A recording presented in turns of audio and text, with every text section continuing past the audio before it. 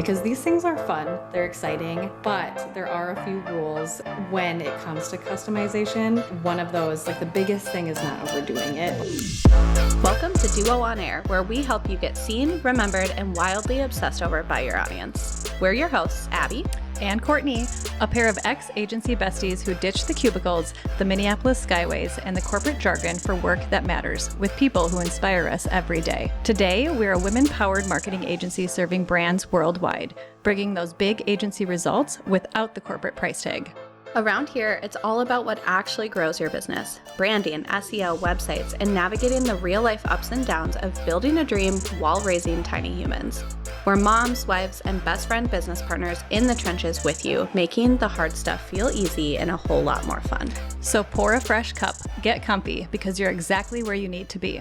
Let's duo this. We are so excited to be kicking off this little series. Laura and I have been chatting about this a little bit for a while now, and we are going to be talking kind of all things Showit. And if you guys have been here for a while, you know Laura. She's on our team. She's actually, Laura, I looked this up before I jumped on.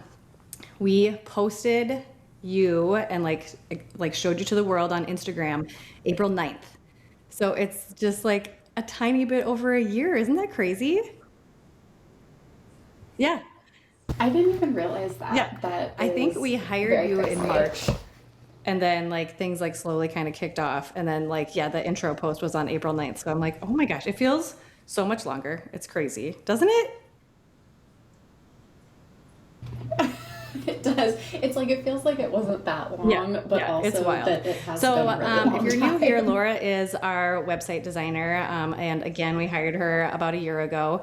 And if you're not new here, you already know a little bit about Laura, and she is a genius when it comes to Showit. I thought I knew Showit really well, as just like a designer who doesn't do web design, and I don't know nearly as much as Laura. So I'm really excited to kick off this series with her, because I think you guys are going to learn a lot more too. Obviously, if you're on Showit. If you're not on Showit, we could give you a huge long laundry list of like why we love it, why it's our favorite. Also, if you haven't heard the exciting news, she is now a super a fish, because she recently became an approved Showit designer. So we're so excited for her. We knew that this was something that she was doing, and it's official. So congratulations, Laura. That's awesome. Yay, thank you. It was a long process. Yes, that's but awesome. So finally that means made she it. really knows her shit when it comes to Showit. So stay tuned and pay attention. Anyways, so today we are going to kind of talk about some 5 beginner-friendly customizations that you can do on Showit. And when we say beginner-friendly, like I have been able to do these in the past on our own website, and in the past when we did some website design, I did some of these things for our clients. But Laura knows so much more. She knows how to do it better and more efficient. Sometimes I would do things like this a little clunky, but Laura knows how to do it the best way. So she's saved me a few times on client stuff. But before we dive in, we want to set the stage a little bit with a quick mindset shift. So we're starting simple. And starting simple doesn't mean that you need to code or you need to hire a developer. These are things that you could literally DIY yourself on Showit if you truly wanted to dive in and learn it. They're pretty simple. They're not techy or overwhelming. They're quick things that you can really do in an afternoon, an hour or two. Especially if you're new, it might take you maybe an hour or two, but even less. And the goal here with some of these things that we're going to talk about today is kind of move away from that template-y feel and more to that kind of tailored and branded and polished feel. When you do these subtle things, it really does help your brand to stand out a little bit more. It enhances your brand. It allows you to use some of your brand elements in a way that you might not have ever been able to use in the past, or like think through how to use them. A lot of times when we hand off our brand assets, our clients are like, cool, like, how do I do this with my website now? So these are just some of those fun beginner things that you can do with some of those assets. So again, think of this as like adding personality and polish to your website, not rebuilding your entire website. So again, keeping things really friendly, beginner friendly, but as this series continues, we really want to dive into some more of those advanced customizations that you can do within your Showit website. And those are the things that Laura knows way more about that I don't. I can't tell you how many times, like when we're building websites, obviously she's got a ton of amazing ideas, but sometimes I'm like, hey, can we do this? And she's just like, yeah, we can do it like this. And I'm like, oh wow, I would have done that like the like archaic way, like way back in the caveman days, like where it's tough. Well, and I think too, Showit has come out with like there's been a lot of upgrades, and they sometimes aren't necessarily the greatest about telling you that they're there or like what they can do. So sometimes it's like we stumble Yes. upon a new feature and we're like, whoa, Yes. this is, And like, we could do something differently now. But if you're not in it all the time, then you're not gonna necessarily see and absolutely, yeah. experience like And that some is a of really these good point. things too. They are adding things constantly, and they're trying to make it better and easier for you as a designer or somebody who's even just, you know, like DIYing your site or going into your site and adding these elements. They're constantly trying to make that easier and better. There's definitely things that they still need to work on. There's things that they are working on. But I remember last year we went to the Showit conference, and they had a whole section of like all the new things that they were rolling out and doing. And Laura and I kept looking at each other and we're like, wait, what? Like, when was that update? Because that would have been nice to know like sooner than later. So there has, Well, they showed all of that, and then there was some things that are like in the way future, like designing on an iPad, and we both yes, looked at each other and yes. were like, It's just like little things "Oh." like that too that just make it so much better for building in the back end, and then obviously for your user in the front end. So, and then before we dive in, one of the reasons that we chose Showit for our website is because you can do all of these simple things to enhance your website and really make it a great experience for the user. We break this down a little bit more in episode number 103, but a big part of that customization is adding these subtle things that you can easily incorporate into your website. And the beautiful thing about Showit is it's drag and drop. You can put like anything anywhere, and that means you can really make your mobile experience work really, really well for you because it's not tied to a template or to like certain canvases. Like Squarespace does this a little bit. I know they're getting better, I think, but like Wix and all of those other platforms, a lot of them aren't drag and drop. So you can't put anything anywhere. It's kind of templated. So that's a big reason why we chose Showit for our website. And again, you can learn more in episode 103 on other reasons why we chose Showit. So we're going to dive in now. We're going to take you through 5 kind of really easy, beginner-friendly things that you can do to enhance your site within Showit. And the first one we're going to talk about are button hover effects. So I'm going to kind of like shoot it over to Laura now, let her talk about some of this, and then kind of like why these pieces, like each one enhances your site a little bit.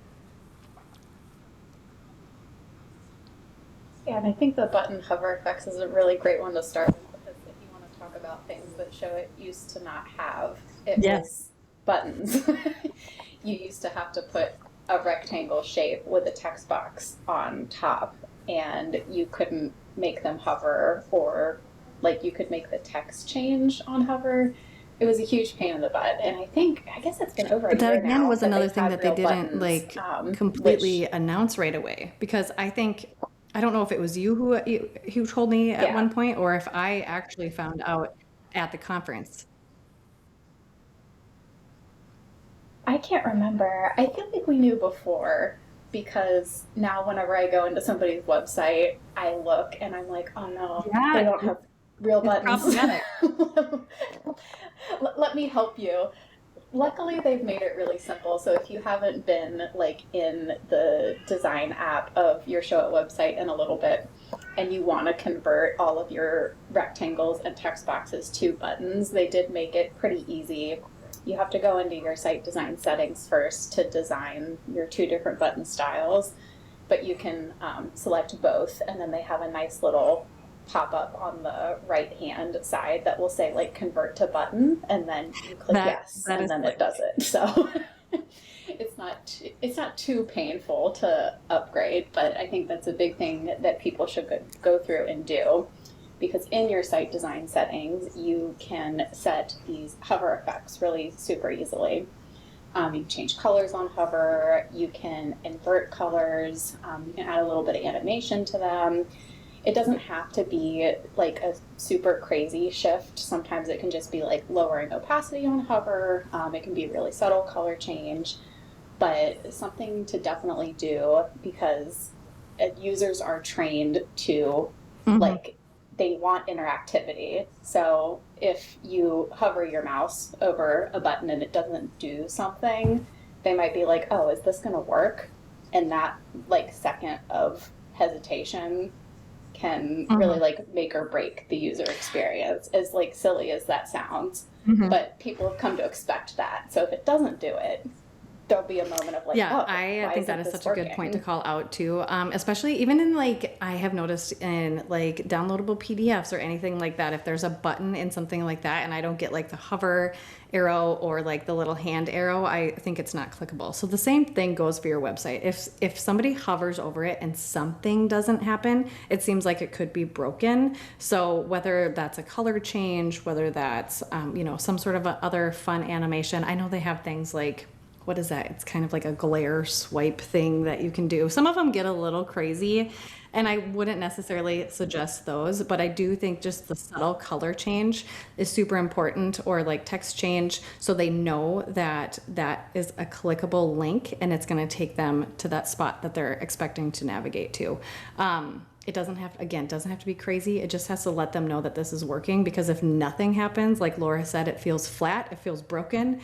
You aren't sure if you can click on it, so then you navigate away, or it's just, you don't, when it comes to that user experience, you don't want any sort of confusion, especially when it comes to your buttons and your CTAs, because those are there for a reason. We want them to click through for a reason. So these tiny interactions really help build that trust, make that user experience even more polished and clear, so that they know that they can navigate to that next section. I think another thing too that people forget or don't think about when it comes to the buttons too is the accessibility. So we've talked about accessibility a lot in the last year. I would say that we're still learning. Laura might know the most about accessibility on our team, I would say. Even I don't know all of it, and guidelines are always getting updated, and I don't think that any one website builder is ever going to hit, like, unless you have a hard custom coded black and white HTML website that's super boring, you're not gonna hit full accessibility. But the goal is always to try and hit as much of it as you can, and to make it as accessible for as many people as possible, following a lot of the big guidelines, because there's a lot of really small rules too that feel, I don't know, that feel a bit strange, but it's like the text, the color contrast, Yeah. those are like really the two main ones Yeah. that So when it comes to most people buttons, should I feel focus like on I've seen a overall. lot of websites where the color contrast isn't there, or when you hover, I think some websites don't understand, or some people who are like DIYing or whatever, or if you buy a template, you need to check those things, because if you launch and you hover and then everything goes white or everything goes black, then you're like, wait, what? Like, I've had so many experiences where you've hovered over a button and like the hover effect is just awful. It's wrong. So it's either a miss or they don't understand how to do it. So really making sure that you're checking those things when you're publishing your site, or even just like testing your site, going in, hovering over those buttons, and making sure that those hover effects have enough contrast so they do pass accessibility, and B, aren't like disappearing, or like you all of a sudden don't see text. So when it comes to exploring colors, a tool that Laura uses often is the Color Palette Studio. They have a contrast checker, so you can go there, you can put in these colors. It's free, so anybody should do it. We'll put it in the show notes here. But this exercise really will help you ensure that your viewer can see both the main color and that hover color, because you've got that accessibility, that contrast that's working really well for you. So again, this is a free contrast checker. It'll be here in the show notes if you're driving or something, or working out listening to the podcast, so you can go back and check it out. but that's a tool that Laura uses often when we're building out client sites, as far as, buttons, any sort of text goes, any sort of color overlays go on your website. So it works for more than just buttons, obviously, but we really want to make sure those buttons have that strong contrast. So they're easily legible and so people can see them and click on them. So one client that we just recently launched of ours, Embody Health and Wellness, they have a really good example of beautiful contrast and the color hovers over their buttons. So we'll link that in here as well. But it's probably my favorite out of the ones that we've launched so far, the contrast. They just got a beautiful color palette that has a lot of great contrast, so it works really well for them. Their palette was awesome, and especially having like the accent green that like immediately draws the eye, because that's another thing that you want to be thinking about with your buttons is like that is where you want the eye to go and where you want people to click. So picking some kind of maybe brighter or like more saturated color. I try not to make them like, obviously some brands if they're leaning into like black and white, more monochrome, but We love a good yes. Yes, I agree. Anytime brand clients are like, I kind of just like black and white, I'm like, oh, we need something. We need something else. We got to have some sort of a pop there. And the Embody site is a really good example of that. I do believe even some of the buttons on the Embody site it's like white on a white background, but Laura added a very subtle, thin outline to the buttons, which is something you can also do in Showit very easily. So it's like a white button on a white background, but it's got that really bright green, kind of like neon green color that we had for them. So again, it's really, even though it's a white button, it sticks out really beautifully because it has that outline too. But then when you hover over it, it changes. So you know that it's clickable. So pop over to that site and just hover over their buttons and kind of check that out and see how that works. So number 2, we're going to start talking about the scrolling marquee. So when I first jumped into Showit as like a little baby Showit designer, I was like, scrolling marquees, they're so cool. I want to do this. And while cool and a really fun way to add some customization to your site, I would say these have like some specific ways to use them. Like I wouldn't just add a scrolling marquee to add a scrolling marquee for the sake of being like, oh, I like this text going across my screen or whatever. They more times than not should have some sort of a purpose. The only time I think I've seen Laura do this in a really fun way that was just more playful was on one of our clients, Shannon Lako, which I'm going to talk about her later again, but we'll link her site in here too, is her illustrations. I think you just did a scrolling marquee of her illustrations, and it was just so cute. Obviously, that was just a brand element that we had some fun playfulness with. But scrolling marquees are great for other things that I'll kind of dive into in a second here. But Laura, I'll kind of let you take it away from like a Showit back-end standpoint. The confusing part. The confusing. Someday, like, Laura and I do were do shooting this? around the idea of like maybe someday kind of Yes. showing you guys how to do this, but also we are not tech support, so that would be that would be the one thing to flag. Yeah, that adds a whole nother layer. Well, so there is a way to do a faux scrolling marquee in Showit. You can do it with images, you can do it with like a long line of text. And basically how you do that is you play with their native slide animation, and you can have it sliding from the left, sliding from the right. But the key to mimic like a coded, truly infinite scrolling marquee is to increase the time duration like way up. So I think when you apply the slide animation to something and show it, it wants to set it at like a second time that it takes for the animation to run. But you can up that to like 300 seconds or 400 seconds. And then it looks like a seamless scrolling. The downside with that is after the 300 seconds is over, it will become static. But I do find that people are generally not going to linger on that little bar Right. for 300 seconds on your website. they're likely way down on the page. So I think that if you are looking to play around with adding some of these scrolling kind of animations like that, you can even do it. I think I did it on our website design page Oh, actually, yes. but vertically is with the Yes, yes. scrolling We'll put that in the show notes screenshots, I too. I think. didn't even realize that So that was there's a a lot scrolling of really marquee that cool, you had done in there. So yeah, that's interesting. Okay. yep. Yep. So just vertical and with images. But there's a lot of cool ways to play with it. You can also do a truly infinite one with a pretty simple embed code, but some people get really weird about code and they think that Mhm. it's like, oh my God, this is so scary.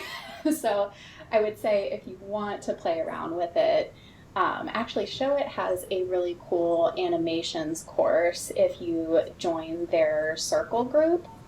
I'm trying to think of how you could probably message their support and request access to it, but they actually have a really cool like animations course where they go through a lot of their native things that you can do, and they have some pretty Okay. cool Okay. things That's with their awesome. slide Yeah, I'm so animation. excited to hear that website page is a marquee. I didn't know a scrolling marquee. I didn't know that. So I will link that in here as well, so you can see a visual example of of what that looks like.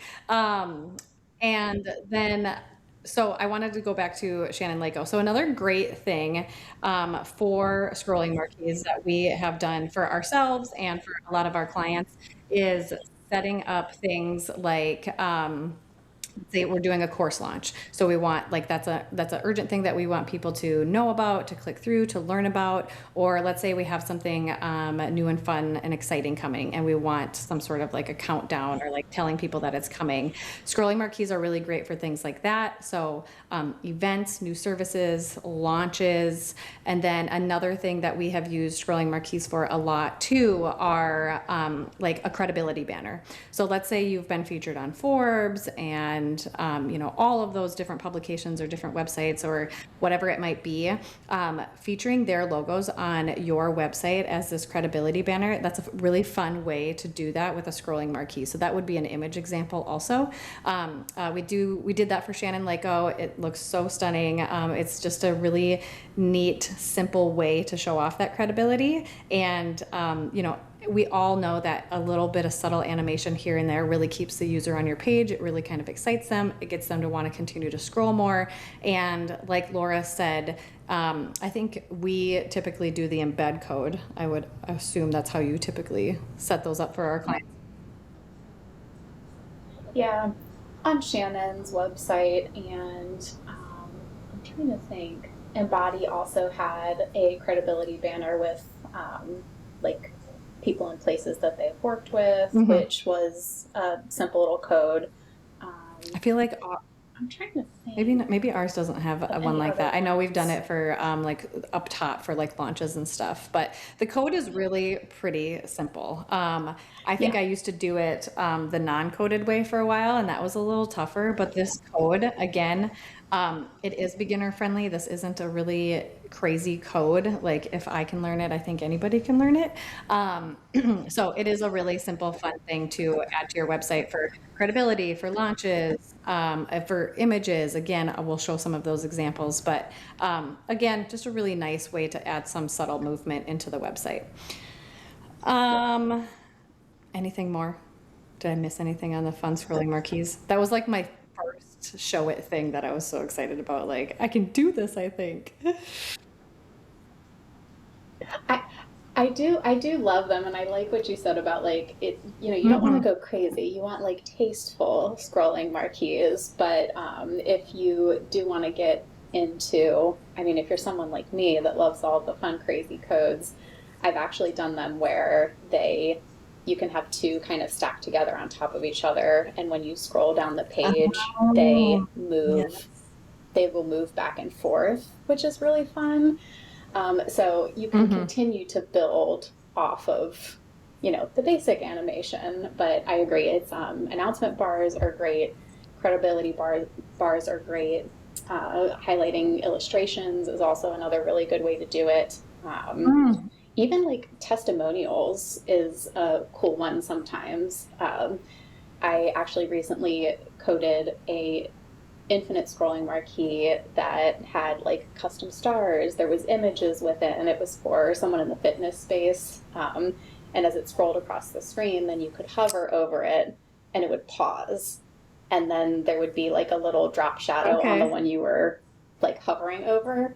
So there's lots of Right. Oh my gosh, that's so fun. ways Yeah, to see, use like that would them, be like which is really one of the cool. next episodes where it gets a little deeper and a little crazier. I feel like. Yeah. That's when you bring in the big guns. You say, "Can you do this for me?" Right, And I right. say, "Yes, let me And make it I for would you." say too, a lot of what I've learned, I mean, I've learned a lot from Laura, but prior to Laura, if I if I wanted to explore some sort of simple animation or something on Showit and I didn't know how to do it, I know some people love AI and some people hate AI, but ChatGPT sometimes can really help you nail down some simple code. Now, I would say if it gets crazy, sometimes it's one of those things where you change one little thing in the code or whatever, and your whole website seems like it breaks, which is not totally true. But simple code, like, yes, We've seen the reel of that where it's like is changing one like a line of thing, and mess. then the Yeah. whole room like. But simple code, like the scrolling marquee one, is something that you could probably prompt ChatGPT to help give you that code to work through it. So if there are simple things like that in the future where you want to add stuff to your website, ChatGPT sometimes is a really good place to start. And Chad has helped me a couple of times with some code stuff. And then if you do try it and Chad didn't get it quite right or it breaks or something, you go back to Chad and you say, Chad, this isn't working, like something is happening here. And then he'll kind of help you fix it. But again, he's not right, right. And he goes, "Oh, of Right, course, this is but he's broken. Let not me fix perfect, it." so And you're sometimes he like, doesn't quite get "Okay." it right. Okay, so that brings us to number 3, section background upgrades. So we all know that you can have a flat color in a background, and that's totally fine. Some people have some really fun colors, so it's a really fun way to break things up. But within Showit, we can do so much more with backgrounds to add some fun and some unique depth. So Laura, why don't you talk about some of the background things? And I think there's a few, like, I think the gradients is a new one with Showit, yes? Or am I wrong? I think Okay. gradients have been around for a little while, and that's definitely a really like cool way to add, even if it's just a subtle color shift. I've done a lot of websites where it's like very subtly different neutrals and just creating that gradient. You can even pair that with adding like a brand pattern or some kind of texture overlay, all natively within Showit too. I think most of these don't Mm-hmm. require any kind of code, which is really awesome. But yeah, subtle gradients is really nice, and it's a cool way to sometimes like create separation in your sections Mm-hmm. without really creating a hard line, a hard color change. So it can help to kind of keep the overall website vibe like soft slash bold. Because I think actually, oh my gosh, I'm trying to think. There was one with bolder colors. I feel like I played with gradients on, and it was I remember like, it was you just did so that for fun to Legal do. Bestie. We haven't You can launched her always, website yet, so it's a client that we're still working on. But she had, yes, yes. the red Yeah, and pink, and it's that's what I was fun, thinking of. because you didn't animate it, did you? It's just like when you scroll, it's the gradient. Yep. Yep, hers was Hmm. static. You But it felt can like code a moving gradient, right. but But it again, felt like it was we're a getting ahead of movement. So it's ourselves. not a movement, it's static, but it felt when you scrolled down the Yeah, page, it felt like something was moving in the background because that gradient was subtly changing. So it's not movement, but it feels like movement. So that's a fun way yep. if you're a little scared to like play with code or, dive into things like that, adding a gradient background into Showit is a fun way to add kind of quote unquote fake movement to your site. Yeah, totally. You can do that. You can also play with, one of my favorite things to do is you can go on like pexels.com, or another like free license open source image place to get images, and get different like paper textures. I have like a whole folder of Mm-hmm. linen, cardstock. a cardboard, just like different textures, and you can set that as an image background and show it. But then you can play with lowering the opacity. And sometimes I drop it down to like 5 or 10% so you can still see the color of the background through, but it gives just that little bit of extra something so it's not so flat. You can do it with green backgrounds. Sometimes you see those cool pictures of like the leaf shadow coming over. And even just that at a super low opacity adds that little bit of something. Yeah, there, I love which that is you very mentioned that too. cool. I think people forget that like we can source stock photography on sites like Pexels or Unsplash. They both are free, but they both have a paid option as well. And you can source photography that matches your brand. So it doesn't always have to be your brand images. Let's say you can't have as many photo shoots in a year or whatever that looks like. You can use other photos like textures or things like that that complement your brand, and you can have some fun with them in different canvases and backgrounds of your website. Um, so this is a space where like playing with your brand patterns, and like I said, photos and gradients is a really good thing to do within your website. It not only helps like add some of that brand visual, those visuals that you have and that you should be leveraging, but it also helps create kind of like those breaks on your website, right? So like obviously white space is great. We love white space, but we need something to break up that white space too. So having these full bleed images or colors or gradients or patterns is a really nice way to do that. And our client, Dana at DWD and Travel, she had some beautiful patterns, like her brand patterns were so good. Her patterns are so So good. There good, were so so stunning, many, and they so were many. So when lovely. you have more ability to play with more patterns throughout your website. And she had a beautiful color palette, tons of colors. So we will link that in here too. But on her homepage, if you scroll down to the Take This Quiz section, that's a really good section that shows it's like half brand pattern, half color with text on the left-hand side, and then some fun like Polaroid-esque images that kind of animate lovely into the space, and then even one of her illustrations. So it's a really fun canvas and it's not overdone, but it shows you how you can use these backgrounds with color, with pattern, and how you can overlay these backgrounds with different elements like photos, illustrations, whatnot. So take a peek at that. Her whole website has this incorporated throughout, but that Take This Quiz section on her homepage is a really good example of kind of what we're talking about here. It's it's so cute. It's so Yeah, cute. it's so And cute. it's just a really I loved fun it. way to break up, like I said, those sections on your website, and just a fun way to have different canvases that incorporate different fun brand elements. We're working on My Pop-Up Parties website right now too. It's not launched, but they also have some really fun breaks like that I can remember with colors and patterns and stuff like that too. So stay tuned for that one. So the fourth one is rotating image or icon. You've probably seen this a lot on people's website. It is a really simple thing to do. It requires, I believe, I don't know if there's a native way to do this in Showit, I don't think so, but it requires just a tiny bit of code. And again, it's very simple code. It's nothing crazy. So again, just another playful way to add movement to your site that's subtle. It's not distracting. It really allows you to highlight some of those brand elements in a unique, simple way. So Laura, I'll let you talk a little bit more about that.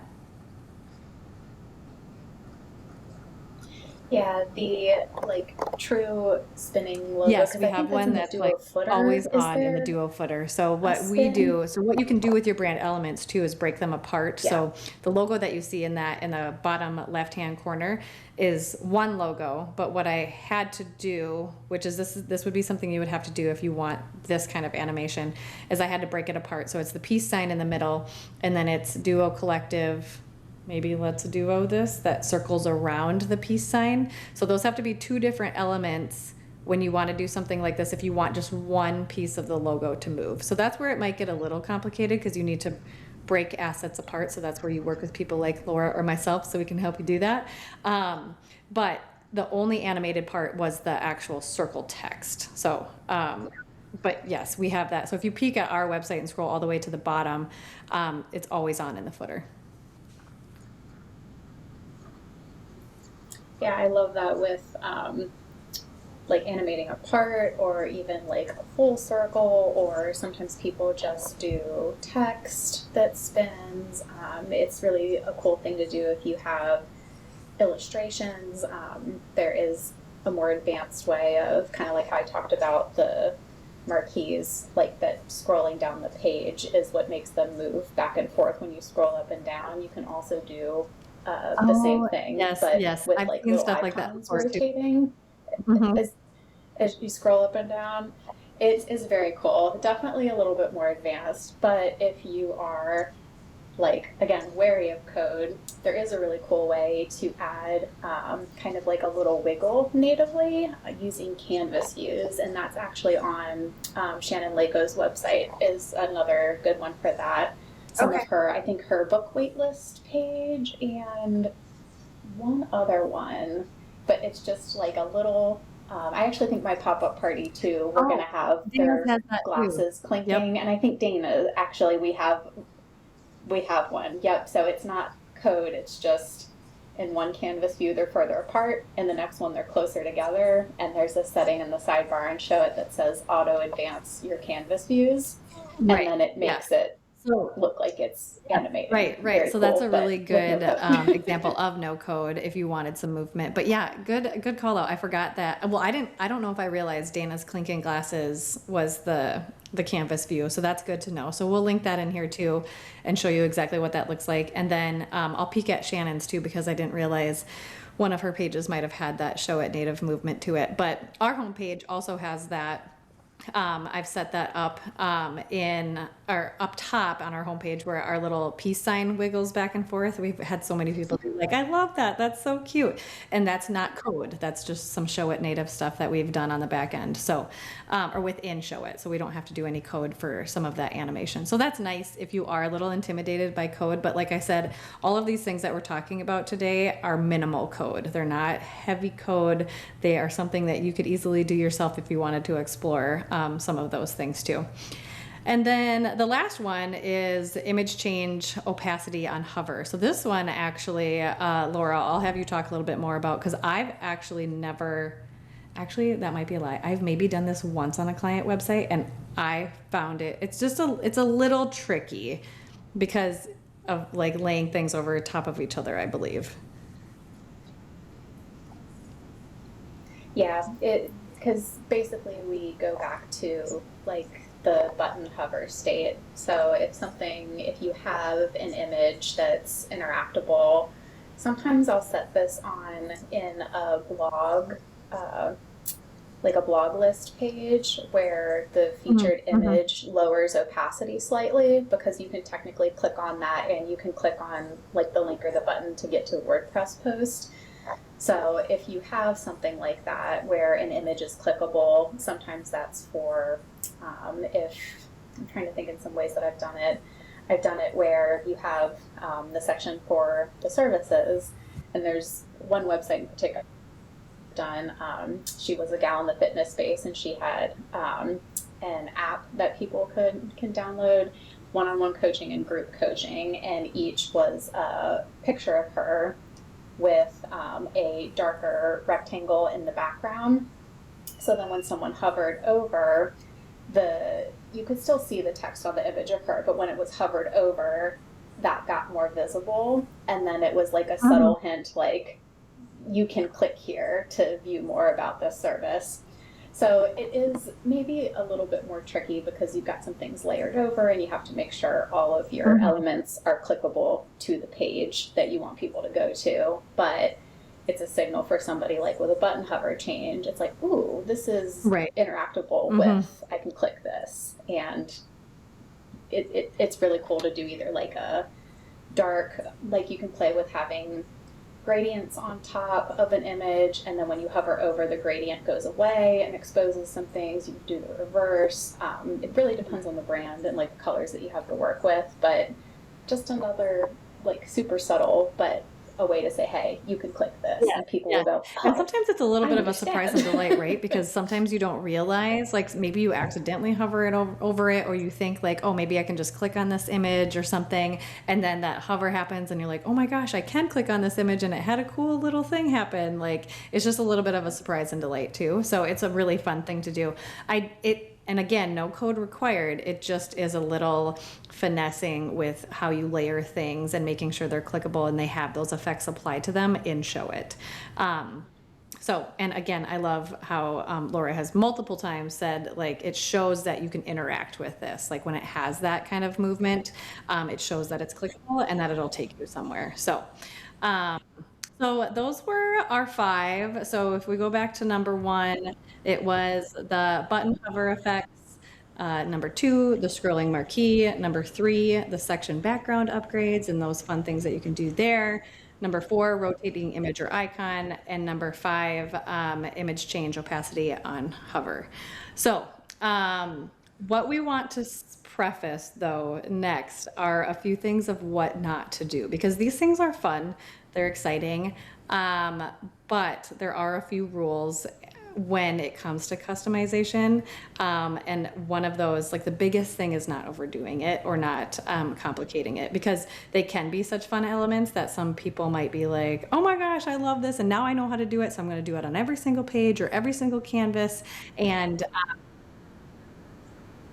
We've all been on that website where yes, everything slides in yes, and you're it's like, what's overwhelming. The user happening? experience, it kind of makes you not sure, yeah, what's Yeah. going on or what to click on next or what to look on next, because there's too much going on. So Laura, why don't you talk us, yeah, Laura, why don't you Yeah. talk us through some of Tasteful. the what not to do's when it comes to some of these things that we talked about today?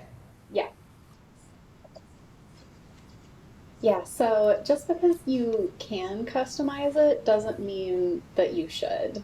Like, all 5 of these things that we talked about are really great. I would pick like Mhm. 2 Yes. of them to start. Or, start with one because you don't want to try to pack every single bit of customization Mhm. into a website and then it just becomes overload. So definitely narrow it down to a few. And you want to make sure that you're hitting consistency across all the pages. If your headers are fading in or sliding in, make that be consistent. On your home page, if it fades and then someone clicks to another page and they Mhm. slide, that's a moment of disconnect. So always want to make sure that you're having Mhm. consistency across the entire website, which sometimes I feel like this can be a little tricky with Showit, especially if you are working from a template and copying and pasting different elements across or adding new ones. You always want to be making sure Mhm. that Yeah. effects are still being applied kind of across. So Yep. one thing to be aware of. You still have to be strategic and have your user's journey and user's experience in mind. You can have a really cool website that doesn't convert and has no strategy, and people will be Right. like, yeah, that's cool, What but are you like, what am I solving here for to me? do? Where Yeah. am I going to Mhm. go? What like action do you want me to take? Yeah, exactly. So you can add all the customizations in the world, but if the website is not structured to be strategic, high converting, user Making it friendly, cool. then there was no point in doing the customizations. And it's funny, like, and then my big point at the end, like, yes, I'm someone that's super nerdy about code and I love to develop custom solutions, but don't go code crazy. I have had to rein people in sometimes. This statement will sound a little technical, but if you're animating with one language over another, that can be fine. But sometimes for a lot of the really cool animations, it requires a bit of a language that's called JavaScript. And a lot of JavaScript can slow your site down, which is bad for SEO. So some of these animations have to be like, someone can say, oh, I want this, this, this, this, this. And then you're like, okay, that will really slow Mhm. your site down. And that makes Google mad because if things don't load Right. Right. quickly, bad for your SEO. So Very don't go subtle, code very crazy. subtle. The goal here is really just to be intentional, like a subtle and intentional and not chaotic. And I think the biggest thing here is like, just because you can customize it doesn't mean that you should. Because again, it's got to be strategic. It's got to make sense. It's got to be tasteful and represent your brand. If you even just explore through our site, we have subtle animation here and there, but it's not wild. It's not crazy. And we have Laura now, so we know how to do all of these things, or we could have her do it, but we don't go crazy. We only do it in places where we want to maybe highlight something or show a little bit more of our brand personality.